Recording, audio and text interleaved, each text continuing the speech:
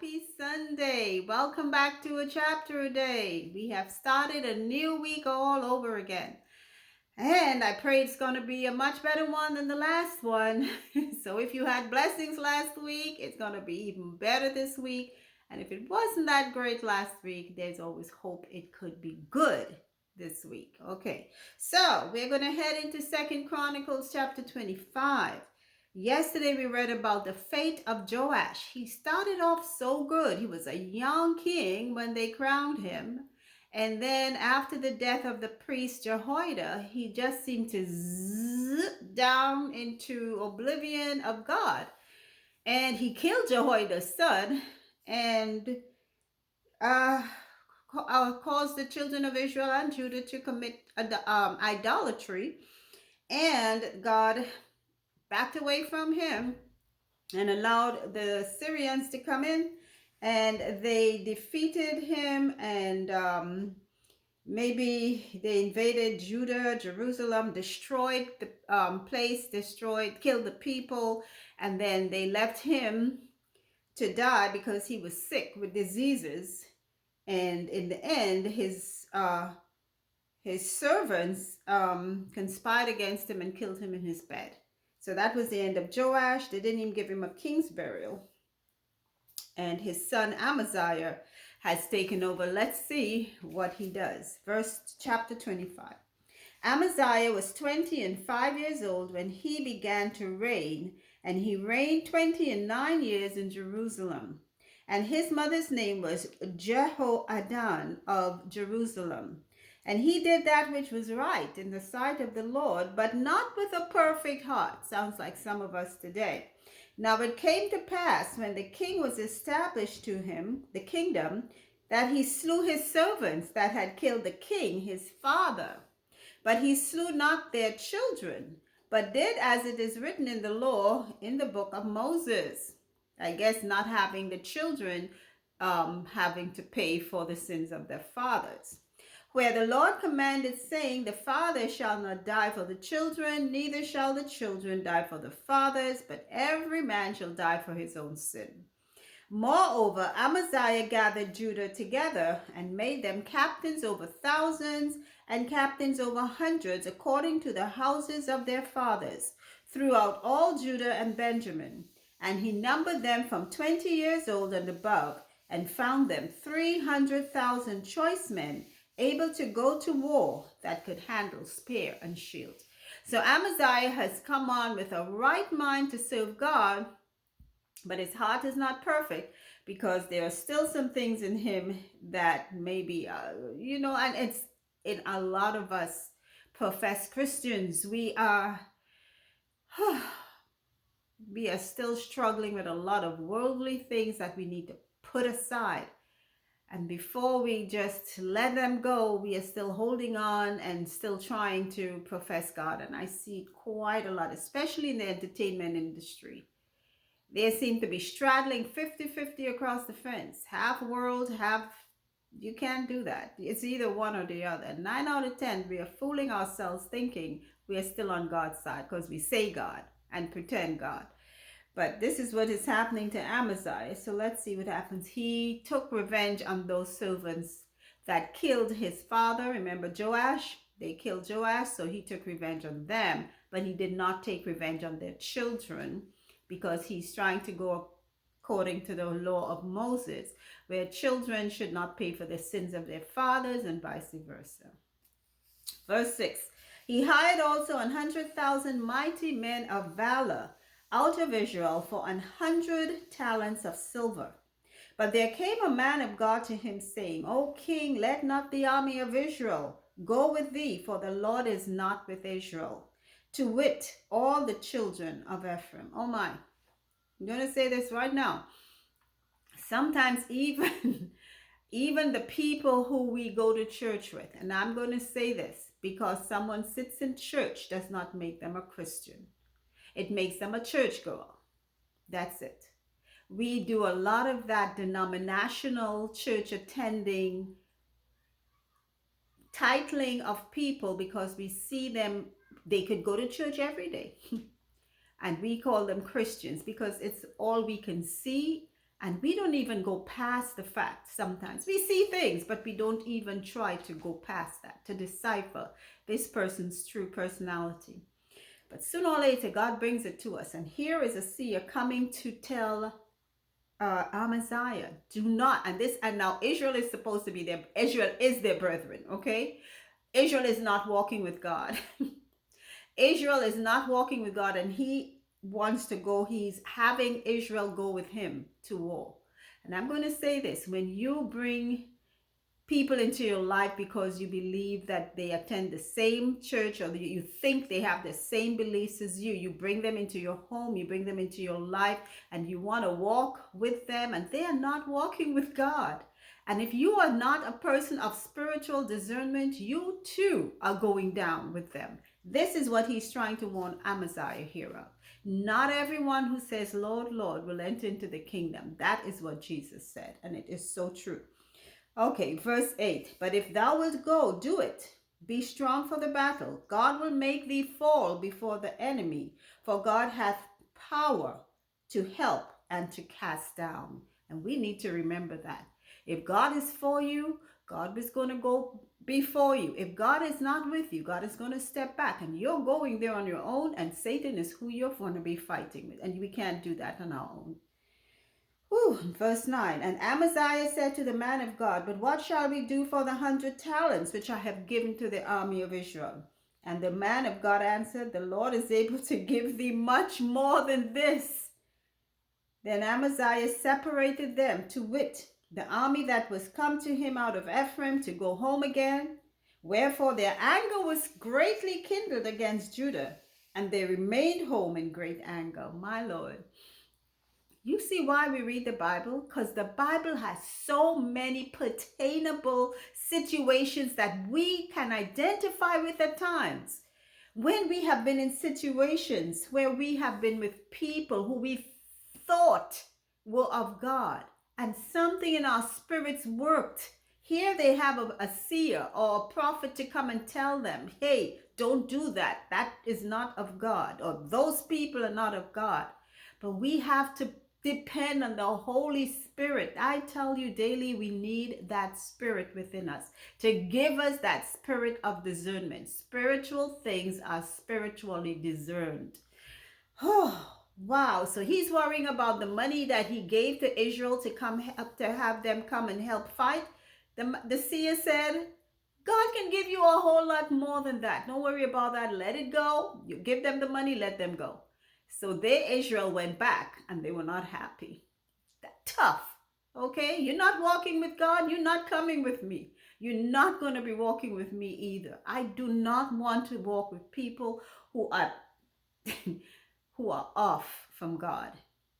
You can pretend all you want. I am not doing it. And that spirit of discernment is what gives us the heads up. And don't doubt it. It's real. If it's coming from inside and you know your relationship with God, trust it. Verse 11. And Amaziah strengthened himself and led forth his people and went to the valley of Salt and smote of the children of Seir 10,000. And other 10,000 left alive did the children of Judah carry away captive, and brought them unto the top of the rock, and cast them down from the top of the rock, that they were all broken in pieces. But the soldiers of the army which Amaziah sent back, that they should not go with him to battle, fell upon the cities of Judah, from Samaria even unto Beth-horon, and smote 3,000 of them, and took much spoil. Now it came to pass after that Amaziah was come from the slaughter of the Edomites, that he brought the gods of the children of Seir, and set them up to be his gods. Oh my goodness. And bowed down himself before them, and burned incense unto them. Lord have mercy. Wherefore the anger of the Lord was kindled against Amaziah, and he sent unto him a prophet which said unto him, why hast thou sought after the gods of the people, which could not deliver their own people out of thine hand? Do we think sometimes with a mind that God gave us for reasoning? That same thing you're bowing down to came out of the land of the people you just conquered. How come that those things that you call gods couldn't help them, but you bring it back to you to help you? What's wrong with us sometimes as believers, Lord? Not to mention, Israel, the tribe he sent back, decided they're going to attack Judah. And they smote a number of the people in Judah. And here he goes, Amaziah, idolatizing. Verse 16. And it came to pass as he talked with him, that the king said unto him, Art thou made of the king's counsel? Forbear. Why shouldest thou be smitten? Then the prophet forbare and said, I know that God hath determined to destroy thee, because thou hast done this, and hast not hearkened unto my counsel. Then Amaziah king of Judah took advice and sent to Joash the son of Jehoahaz, the son of Jehu, king of Israel, saying, Come, let us see one another in the face. Okay, so Amaziah is going left. That's the only way I can say it. He told the prophet, don't tell me anything more. I don't want to hear you. So the prophet said, okay, fine. I believe God has made up his mind that you are going to be destroyed, and you did not hearken unto my counsel. So now Amaziah is setting up a meeting with the king of Israel, Joash, which is not the same Joash, his father, that died. This is another one, son of Jehoahaz from Jehu's side, to have a meeting face to face with him. Let's see what happens. Verse 18. And Joash, king of Israel, sent to Amaziah, king of Judah, saying, The thistle that was in Lebanon sent to the cedar that was in Lebanon, saying, Give thy daughter to my wife to son. And there passed a wild beast that was in Lebanon, and trode down the thistle. Thou sayest, Lo, thou hast smitten the Edomites, and thine heart lifteth thee up to boast. Abide now at home. Why shouldest thou meddle to thine hurt, that thou shouldest fall, even thou and Judah with thee? So what's happening is Amaziah is asking a face-off from the king of Israel, Joash. Joash is telling him, hey, listen, you are a thistle, I'm a cedar tree. He's saying, in other words, I am more than you, which is true. Israel is 10 tribes. Judah is just 1.5 or 2. He's saying, don't come picking fights with me. Okay? Forbear, let it be, because you are heady because of the victory you just had over the Edomites. Don't think you can come trying to pick a fight with me, because you might be sorry. In other words, in our own terms, that's what he's saying. All right, let's see what happens in verse 20. But Amaziah would not hear, for it came of God that he might deliver them into the hand of their enemies, because they sought after the gods of Edom. I think idolatry is so abominable to God. If we want to lose faith with God, let us break that first commandment first and foremost. Any sin, of course, but I think that one is just the starting of our demise. To put gods before God. Verse 21. So Joash, the king of Israel, went up, and they saw one another in the face, both he and Amaziah, king of Judah, at Beth Shemesh, which belongeth to Judah. And Judah was put to the worse before Israel, and they fled every man to his tent. And Joash, the king of Israel, took Amaziah, king of Judah, the son of Joash, the son of Jehoahaz, at Beth Shemesh, and brought him to Jerusalem, and brake down the wall of Jerusalem from the gate of Ephraim to the corner gate, 400 cubits. And he took all the gold and the silver and all the vessels that were found in the house of God, with Obed-Edom, and the treasures of the king's house, the hostages also, and returned to Samaria. And Amaziah the son of Joash king of Judah, lived after the death of Joash, son of Jehoahaz, king of Israel, 15 years.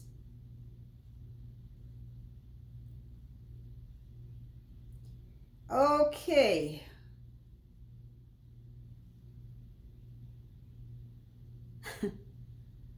I'm going to go back to say this. Judah lost to Israel, just like it would have been prophesied had he listened to the prophet that God was not pleased with his idolatry. That's Amaziah. So now Amaziah has wrecked Judah. I'm sorry, not Amaziah. Yes, this is Amaziah. Amaziah has conquered and wrecked, destroyed the temple of Judah, taken out more gold, taken out more. I'm telling you, every time someone raids that temple, they seem to be still getting gold and silver, because I know it's been being replenished. But Solomon, that whole temple, it could have been just silver. Not silver alone, but he did gold. And then the other kingdoms came in and they put silver in there, and these people keep rummaging, and ravaging, I should say, through all of these every time they raid Judah, and they're still getting treasures. So he took all of those, and he took hostages, Obed, from the house of Obed Edom, which is where the ark had remained at one time before David moved it. He took all the king's treasures, and he took them all to Samaria. And then Amaziah, he lived past the king of Judah. Okay, the son of Joash, king of Judah, lived after the death of Joash, the king of Israel, for 15 years. So apparently, he outlived the king of Israel, interestingly. Now the rest of the acts, verse 26, the rest of the acts of Amaziah, first and last, behold, are they not written in the book of the kings of Judah and Israel? Now after the time that Amaziah did turn away from following the Lord, they made a conspiracy against him in Jerusalem, and he fled to Lachish, but they sent to Lachish after him, and slew him there. And they brought him upon horses, and buried him with his fathers in the city of Judah. So apparently, after Joash, the king of Israel, destroyed Judah and took away all the vessels, Amaziah, the king of Judah, still lived on after him. 15 years after the king of Israel died, Amaziah was still alive. And then finally, what happened is that Amaziah still was following idolatrous ways. He still would not turn back to God. And what happened is that they conspired against him in Jerusalem, because remember, he was king of Judah. So while he was captive in Jerusalem, they decided to conspire against him, and he ran away from Jerusalem and went to a place called Lachish. Not sure if it's an Israelite city. They went after him there and killed him there, and then brought him back and buried him in Judah. And that was the end of Amaziah. Oh my gosh, I will keep saying this: when a man's ways pleases the Lord, even his enemies will be at peace. God has done it for one. He did it for everyone until they started to back away from him and commit idolatry. God hates idolatry. God hates sin, period. But when you break the first commandment is, don't have other gods before me. And it's like an insult. It's like in a marriage, when one partner decides to go committing adultery, whether in their mind or in their physical, it is an abomination, because you're bringing something else into the marriage spiritually. And some people might say, I didn't commit adultery. Oh yes, you did. It starts here. Jesus said it. If you look at a woman here, your thoughts, and women too, it's the same for both sides. You have committed adultery. You have profaned the relationship. You have created idolatry. This is what God is saying. When we do that, we are like committing adultery. That's how God sees us, as his bride, his church. It's the same thing. And that is what happens every time they fall. Right after they commit adultery, God steps away from them. They fall. It says, I don't want you anymore, God. That's exactly what you're saying. When you commit idolatry, I don't want you anymore, God. I'm going to take this. And we've all done it when we've sinned. We've said, God, I don't want to listen to you. I don't want to follow you. I don't want to know you right now because I'm about to follow Satan. Let's think about that. And that's the end of chapter 25 of 2nd Chronicles. So once again, please keep listening. That's how our faith grows. Take care. Bye.